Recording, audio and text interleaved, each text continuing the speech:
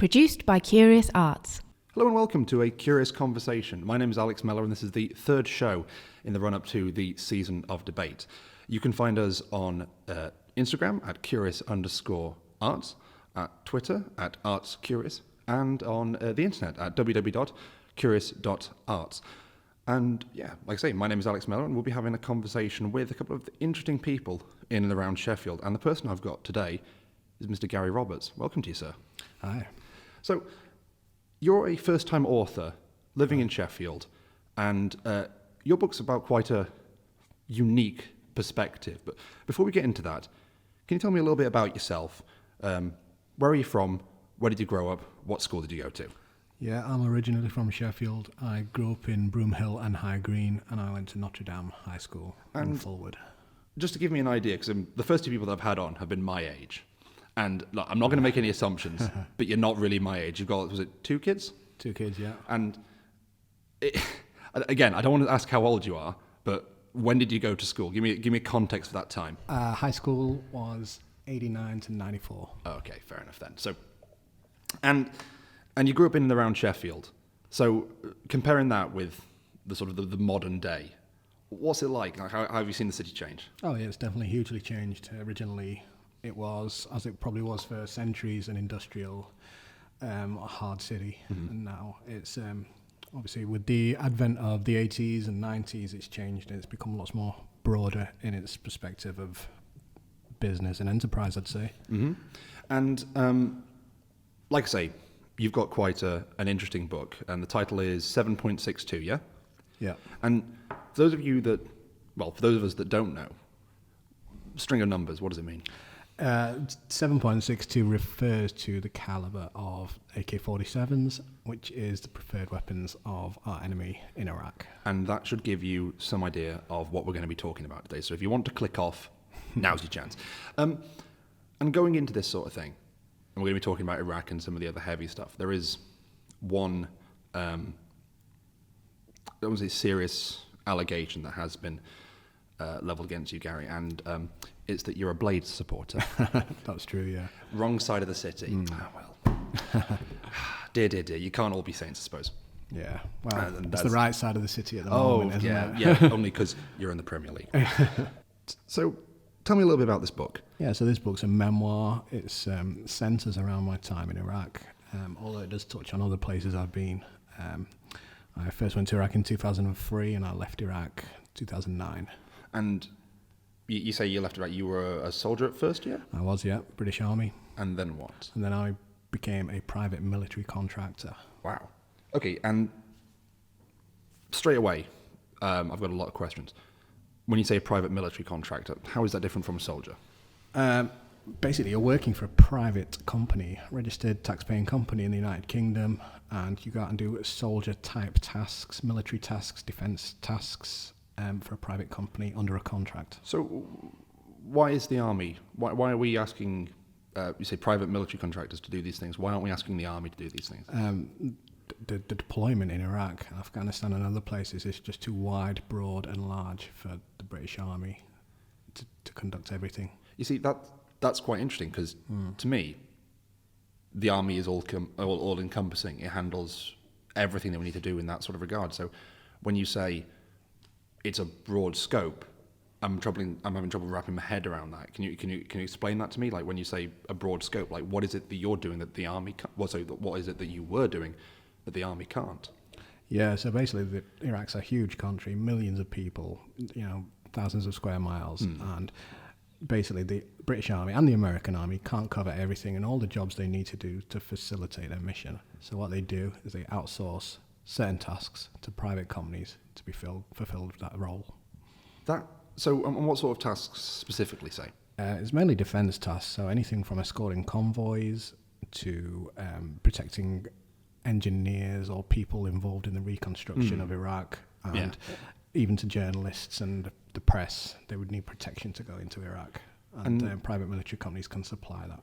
And this isn't the job of the army, looking after engineers and you said journalists and sort of high-profile Not people. necessarily, and seems... as a state entity, they are entitled to outsource, as most state entities do.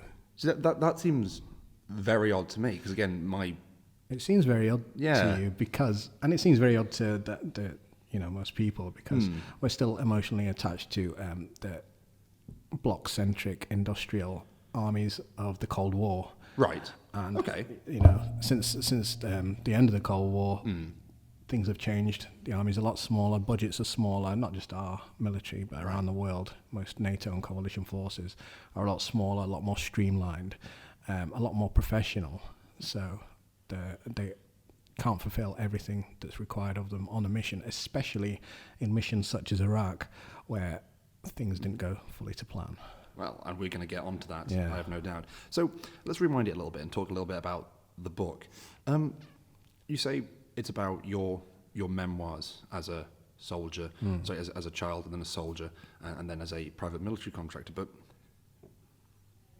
why is it about that? Like, what makes this topic worth talking about? Well, I think as we sit here in 2020, we're at the first stage in time where we can actually reflect on the war against terror, more so with a bit of distance. And I think, especially with the allegations and everything that came out of the Iraq War and other places, we're in a good place to look at it with a bit more hindsight than we ever did before. And for someone who's been through this, perhaps at a bit more personal touch than, well, I'd say 99% of us will. Definitely. How does that feel for you, going back and looking at these things and perhaps having people that haven't been there going over these events with a fine-tooth comb? How does that make you feel, if you don't mind me asking? It makes me feel that they've got an impossible task. You can never know until you do it. Just the same with anything. I don't blame them for not knowing, but they should understand that you can't know unless you do it yourself. And speaking of the book and that sort of thing, tell me a bit more about what went into this. Like, how was it for you, not just as a first-time author, but writing about your personal experiences? Well, I found it quite therapeutic, quite cathartic. It was a nice way to draw a line under that part of my life, and I always look at it as that'd be a bit of legacy, for my kids, grandkids, great grandkids, maybe one day. That Fingers crossed. yeah, that they'll have something to look back and a bit of family history there for them. So it's also a personal side, as apart from giving it to the public and letting them know about something they might not necessarily know about otherwise.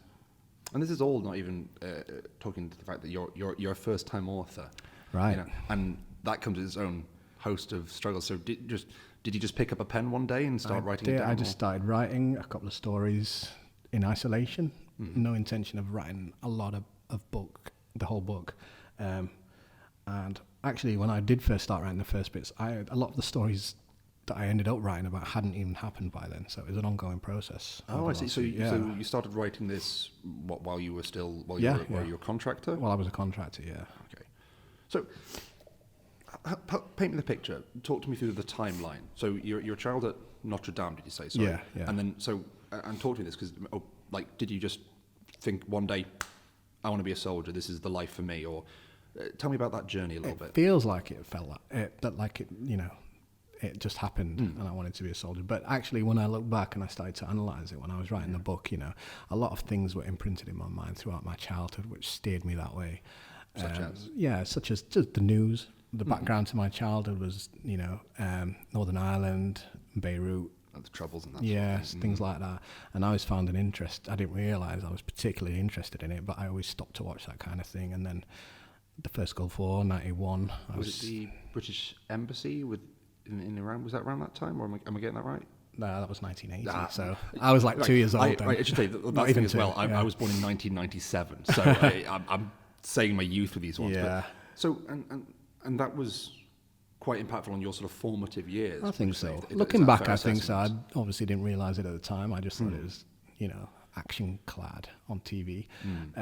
TV wasn't accessible, and the news wasn't as accessible as it was now with the internet and everything. So, yeah, really gained my interest at that time. And that sort of led you to joining the army then? Yeah. So tell me a little bit about that. Like what was your first night in basic like? It's probably not what people expect. Your first day. Because we've had shows, was it like SAS training camp, like the Paras, they've done all of theirs, and that gives you, is that what it's like? Well, they're only showing you the action bits, and yes, it is all that and more.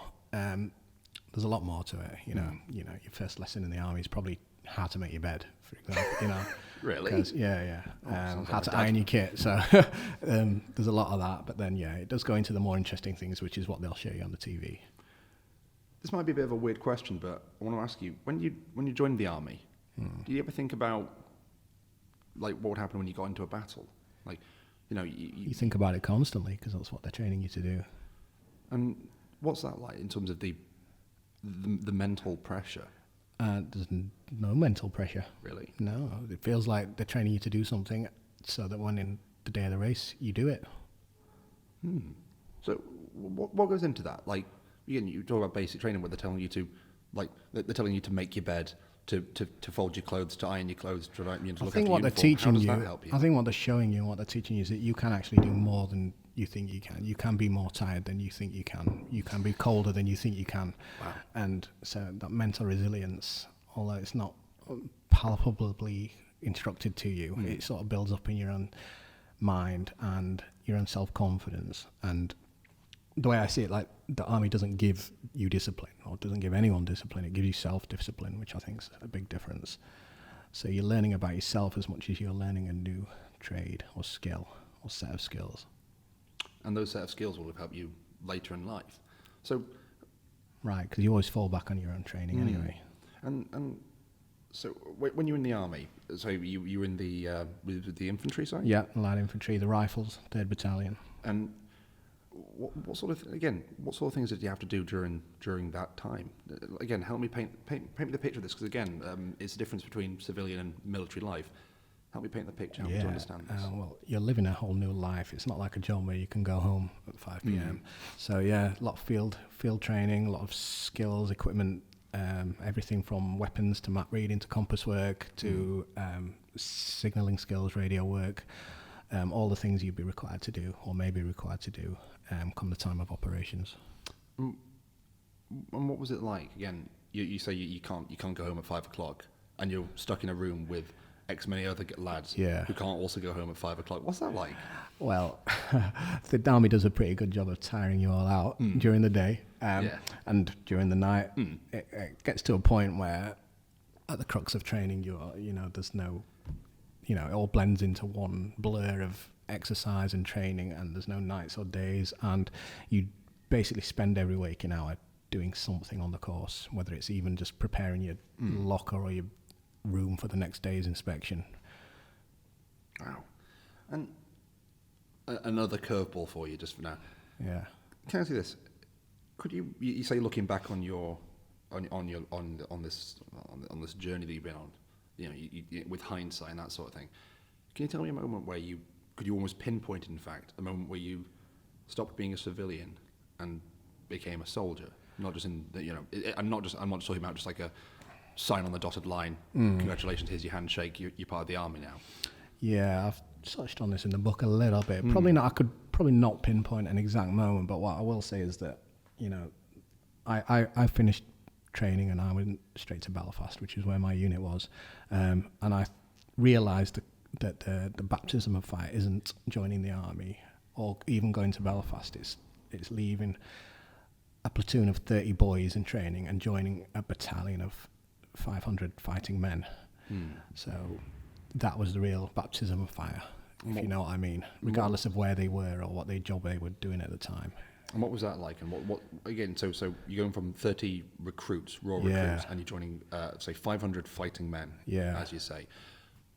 What's the difference like then? So that's the baptism by fire, but what? It's just a huge cultural difference. You're expected to know a lot more. You're expected to think for yourself a lot more. You're expected to have a bit more about your character.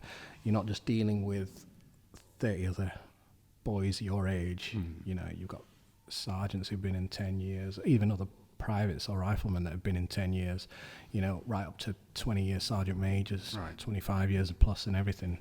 So you're a mix of a whole plethora of different people, different soldiers of all different stages of their career, or from different parts of the country, all with their own stories and their own different experiences of the army, which is what you didn't have when you were in training.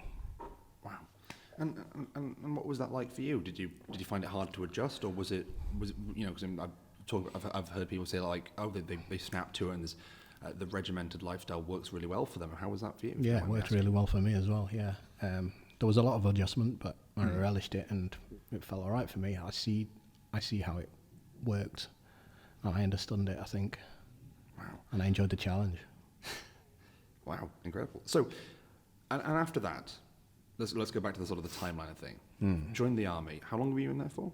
10 years. 10 years. Done a decade in the army. Yeah. And looking back on it now, do you think you've changed at all from that? Like, if you hadn't gone into the army, do you think you could have what could have been? Yeah, you must. I don't think anyone could say they didn't change them. So, yeah, you must, but you can never second guess the few. Who knows what would have happened? Fair enough.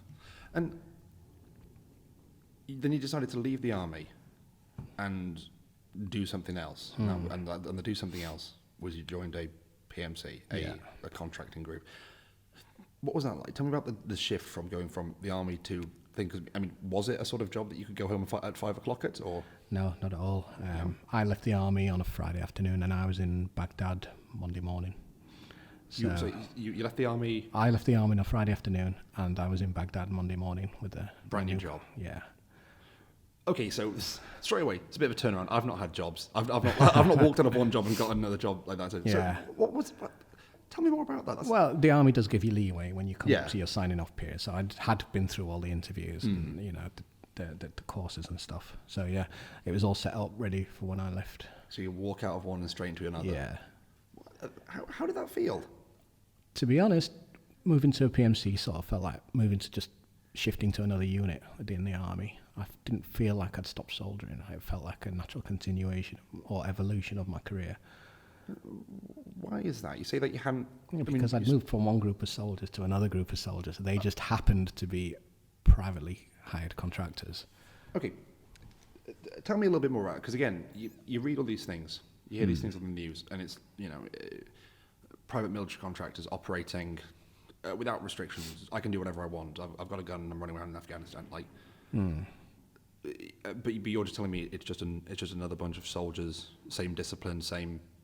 Yeah, because the discipline is inherently cultural and societal within soldiering. So, and that's the reason they employ ex-British Army or ex-American Army guys, because they want the culture that comes with them, the professional that comes with them, and the high standard of training that comes with them. So in PMCs and that sort of thing, it's just they're hiring from ex-soldiers and ex-military. Pretty much, they should be. Yeah. Wow. See, again, that's something that you don't hear about in the news and that's one thing I want to ask you about. Again, you see depictions of the military in media, video games, all that sort of stuff. Like, how does that? I guess what I want to say is how does that make you feel when you see these depictions of the military and private military contractors? It depends how good a job they did. All right, go on. Do you have? So yeah, actually, there's been a lot of good movies lately in the last few years. Do show. And they're starting, as we sit here in 2020, we're at that point where we can actually reflect on the war on terror from a certain distance. So there are certain Hollywood movies that looking at the first days of Afghanistan, for example, the first troops that were in there after 9/11, which I find very interesting. And it's even if you were there at that time, and you might not know about these other certain missions. Yeah. So it's very historical, actually, to learn about these things. Do you wish there's anything that people, when it comes to people, wider public, civilians, whatever you want to call them, is there anything that you wish more people knew? In what way? Just anything, like about the army, about military contractors, about Afghanistan, anything. Well, is there anything that you wish that more people knew about? No, I don't know what you mean there. I mean, like, Sorry, mate. No, it's absolutely fair enough. About, say, maybe like the lifestyle or what actually went into it. Because again, some people just might not be informed. We've got 24/7 revolving news, and it's very easy for that just to become background noise for people just to be focused on what they've got. So when I say, is there anything that you wish people may know more, want to know more about these things? Is there anything that you want people to? I think, with regards to Iraq especially, it'd be nice if people. It'd be better if people knew the good that was done there, through PMCs and through the army and through the general reconstruction. There's large parts of Baghdad and Basra that didn't have electricity or sewage until the coalition was there to provide these things, and when you say the coalition, it's UK, USA. Yeah, Australia. Actually, Britain and America were the only officially recognised occupiers of Iraq after the war. But yeah, Australia was there. I think there was a few other countries there as well, yeah. And this is where all things seem to tie back in. You say you've got all these different army groups in there, and you've got private military contractors supporting them. Yeah. And you say, and reconstruction, that's what you think people should know more around. Yeah, definitely. There is in the news, yeah, they say if it bleeds, it leads. So they'll only report the bad parts of the... It gets clicks, but yeah, that's something again. So tying that back in, you've left the army. Yeah. Like you say, walk out of one job, straight into another, and you're in Baghdad a couple of days later. Mm-hmm. What sort of stuff were you doing when you were a PMC? The first contract I was on was we were supporting an engineering company who were providing power to parts of Baghdad, working in the power station. So we were escorting them around Baghdad. Very glamorous. Yeah. So yeah, we were doing protective services originally. And what was that like? I mean, what was the army? You know, was it digging foxholes? Was it like standing guard outside places and then going to this? Not at all. It was all vehicle based.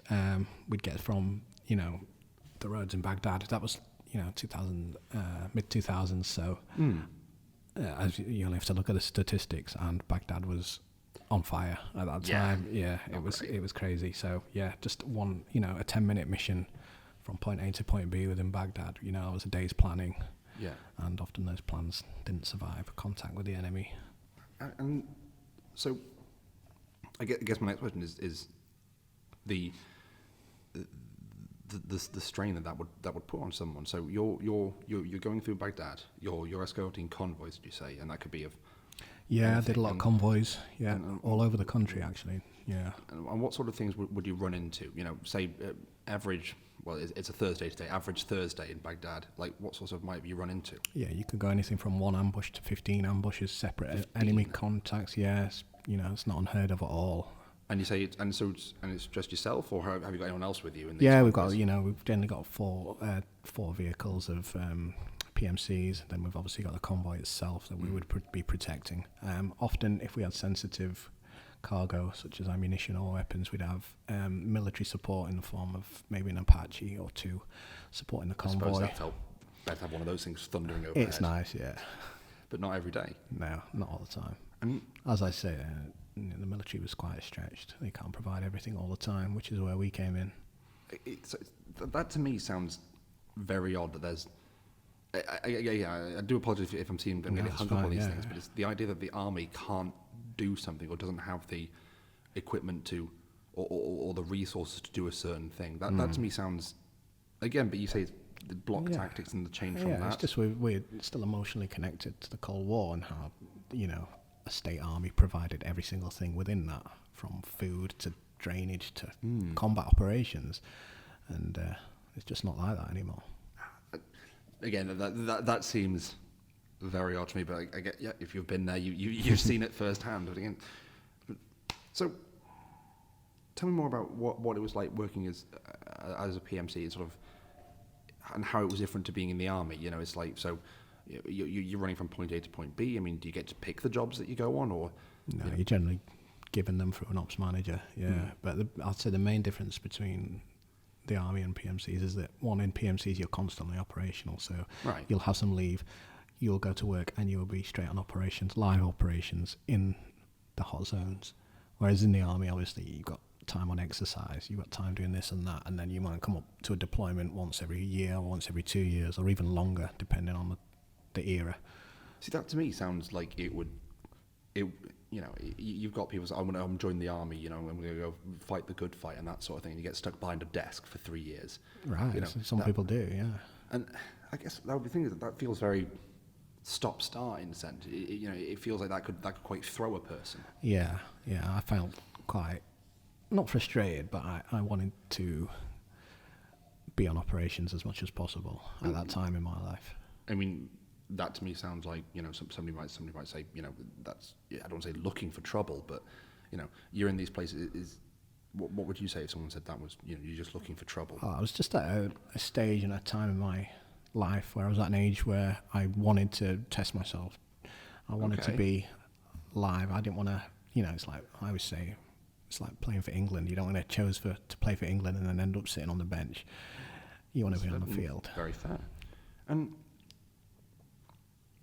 so one thing as well I want to guess is like, so going from an army to a corporation, I mean, was it corporate? Did you have a manager? Did you have a guy in a suit came, we need to hit this many quotas? You see, again, it's a disconnect. Like I'm struggling to grasp the full context of this. The context was a lot more narrowly focused in the PMCs.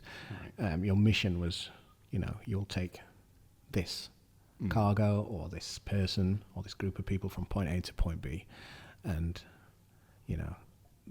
do it however you can do it. The army has a lot more to think about. It has other missions to think about. It has hearts and minds to think about. It has the whole there's a narrow mission, but then there's a whole army mission, and there's a whole geopolitics that surrounds being in Iraq in the first place.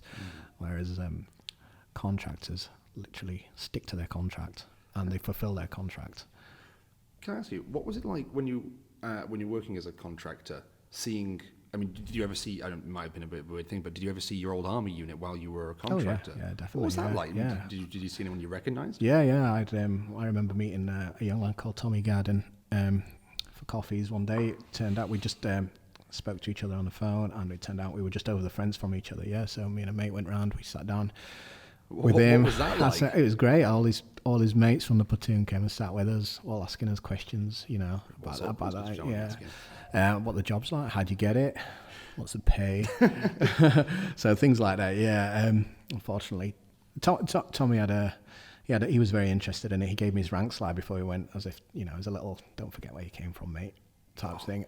Unfortunately, he was killed in Afghanistan in 2010. I'm sorry to hear that, but being given that rank slide and sitting there and having these people asking you questions, what was that like for you? Well, I won't go Again, so far as to you don't say. have to answer. You don't want to talk about it. I won't go so far as to say I felt like a rock star or anything silly like that. But it was interesting because I had that same interest, just a few years prior. I was, it's a very, even within the army, PMCs were still talked about in hushed whispers. You know what I mean? And who knows what, and who has an in, and who's got a mate somewhere. Do you know what I mean? And a lot of word of mouth. So. Within the army, what was the reception? What was the perception? Sorry, about private military contractors whilst you're in the army. I don't think the higher up ranks particularly liked good trained soldiers going away after they spent so many years. It feels gaining, as though bosses losing talent. Yeah, definitely. Wow. But the army will never compete with corporations for wages and stuff like that. The younger levels of the army, the lower levels, the guys in the platoons and the companies and the battalions, they're all for it and very supportive because they know come one day they might be hitting us up for an in. Wow. Full of bloody chat half the time. Let me ask you this: if you're closer to, you mentioned this lad, this corporal. Sorry, what was his name again? Tommy Garden. Tommy Garden. You're a bit closer to death and to danger than quite possibly anybody else in the first world in England. Say, quite frankly, the closest I come to that sort of danger is crossing the road every morning. What's it like living that close to things? If you're on the base and just outside the fence, there's somebody out there, with a weapon looking to hurt you. It's probably different to all people. For me at that time, I didn't mind it at all. I can honestly. No. Again, that's incredibly interesting. How did you not mind? To me, I'd be sweating bullets. Because it was normal life. That was my normal life, and it was nothing extraordinary to me. Me and a lot of guys will tell you, it got to a point where we just sleep through mortar attacks because we need our sleep for the next day. I can't sleep through a car backfiring. Yeah. Wow. Yeah. And it's because it's normal. So that's all. And the value of normal just changes when you go through different experiences in life. In that case, was coming back to the UK, was that the hard stuff? Very much so, yeah. If you don't mind me asking, what did you find difficult? In general, just a lack of. I think at some points the Iraq War got boring in the media. People forgot about it. Maybe it just didn't sell papers or bring headlines. You'd get off the airplane. You might have been in an enemy contact 24 hours within the last 24 hours, and you pick up a paper and it's about the celebrities and stuff, and even your loved ones at home. You don't tell them what you've been doing too much. You don't worry people. No, not at all. But then that brings its own challenges because they think it's fine, and it may not be fine. With that in mind, I'm going to ask you again if there's anything that you think that you'd want people to know. Well, I wouldn't want people in general to worry, not people that I know.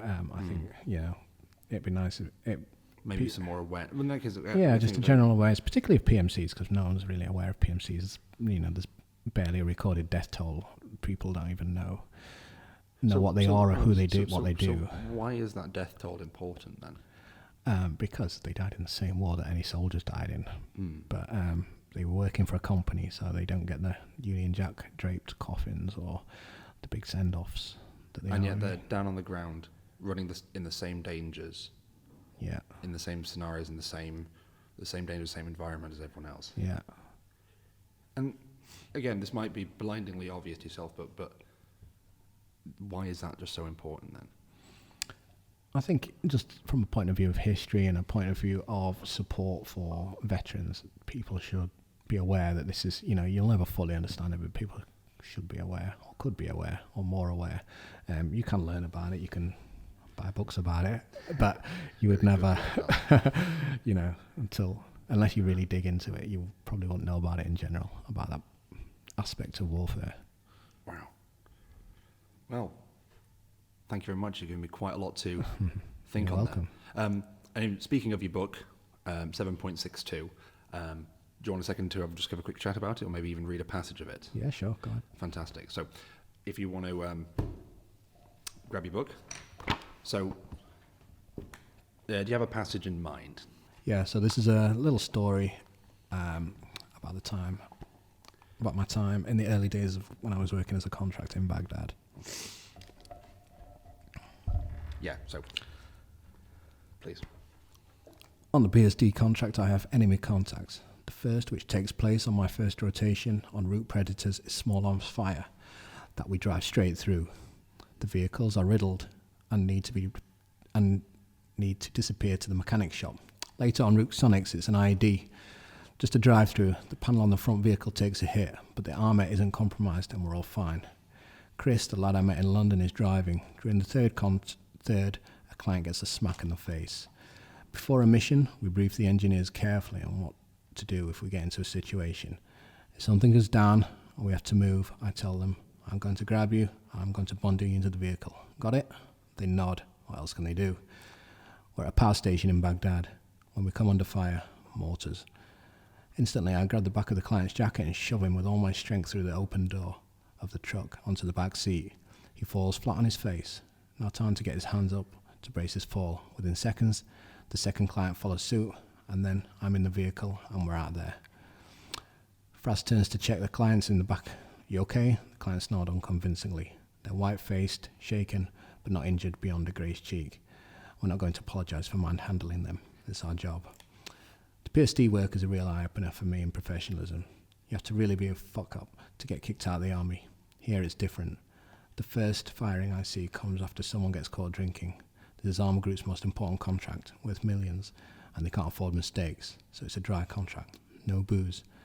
It's not that they think we'll all be nightmares if we have a drink, but there's always that one who takes it too far, who can't handle it, whose judgment goes out the window, and they can't afford to have any loose cannons. I figure the guy caught on the booze will get a warning, but he's straight out of there. Read that sentence. Sorry, just read that sentence again. Yeah. I figure the guy in the booze would get a warning, but he's straight out of there. It's a shame because he's a good bloke, can handle his drink, but I guess they can't fuck around. The next colleague to get given the boot, though, now that's far and away the right thing. Fraz is ex-army and ex-police.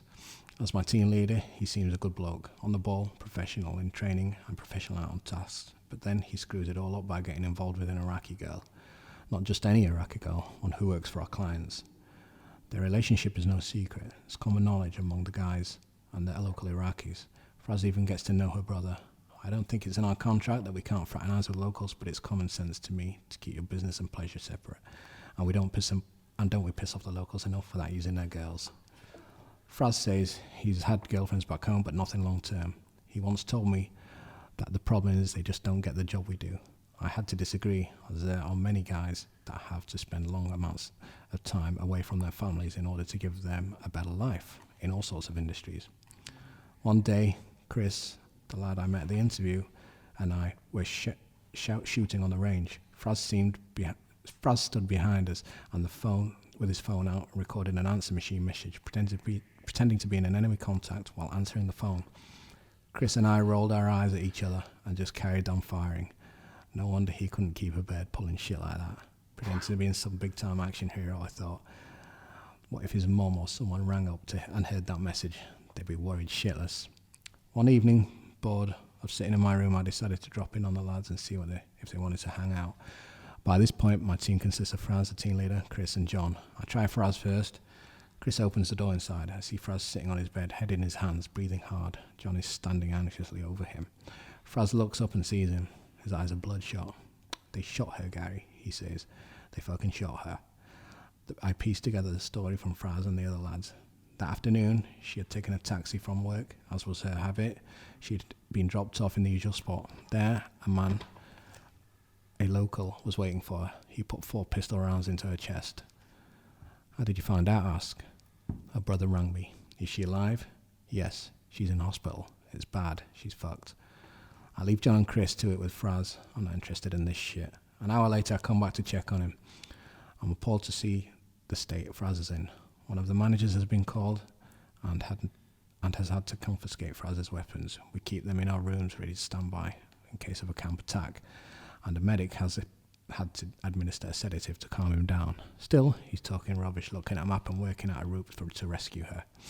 You're in, aren't you, Gary? It's a statement, not a question. In on what? I say, with a tone of accessibility. I know where the hospital is. I'm busting her out, going to bring her to a decent hospital in the green zone. What's the point of that, is my response. And anyway, how do you think you'll get her through the checkpoints? And what about the medical care she'll need during the transit? You're fucking crazy, mate. You need to pull yourself together. I roll my eyes. Fuck this. Chris agrees to sit with Fraz that night and make sure he doesn't leave the room. We catch eyes on my exit and shake our hands in unison. The next morning, we get word that our team is to report to the Central Army Group office in the green zone. Fraz has calmed down now, but he's told he's not allowed his weapons back. We drive to the green zone. Chris, John and I sit in the snooker room drinking tea while Fraz is in with the bosses. What do you think, I ask? He's fucked up. A warning, maybe. But Chris makes the correct prediction. Chris has switched on to the business side of the industry much quicker than me. And whilst I still had my army head on, he grasped the consequences of Fraz's actions. Chris explains that the boss's decisions have to be made in a commercial and business context, and not with a military mindset anymore. Sure enough, Fraz comes back and tells us dejectedly that he's on the next plane out. Job and girlfriend gone in the blink of an eye. Mental note, listen to Chris. As much as I see why Fraz fell apart, and I'm sorry that his girl's injured, I don't think the bosses can allow losing control to the point of having your weapons taken and are given medication. We're here to do a job. We're not here to be a motive. There's no room for a loose cannon on your team. People like that get you killed. A couple of years later, Chris will bump into Fraz at Amman Airport in Jordan. He'll be there with his new team, a new company. Chris will say, all right. Fraz will nod, but then blank him. Well, he'll hardly want his new colleagues to know that about him now, will he? Thank you very much. And that was 7.62, and it was, sorry, who was it? Sorry, Steel City Press. Yeah. Wow. So, why this particular passage? What about its significant? I think it shows the human side a little bit of people who are working out there, you know. We're not all machines, you know, fighting a war constantly. There's a lot of interesting stories that go alongside and parallel a lot of our... Was that hard for you to write when it came time to put pen to paper? I had to think about it. The story in itself tells itself. I had to think about whether to include it. I had to think about, you know, people's names in there. But when I say it was hard to write, did it come down to something like, was there the decision behind it? Do I leave it in? Do I take it out? wholesale, not just with names. Yeah, I actually did speak to Chris and discussed it with him, and he said, "Yeah, leave it in." I was leaning that way anyway, and I did. Did you? How was that? The sort of the tone of the whole book. It was every time you get into one of these new passages about your experiences there, and it was, hang on a second, this goes beyond your normal heavy stuff, because you're not. Yeah. These aren't fictionalized events. These are. Yeah, I'm probably not going to write very many memoirs, and this is probably going to be the only one. So I thought, I'm going to do it properly. I'm going to, keep it raw, keep it as it was, keep the truth in there. I'm not going to blank out faces or change names particularly. So yeah, I wanted it to be real. So one day in generations to come, people will know they're reading the truth and the facts.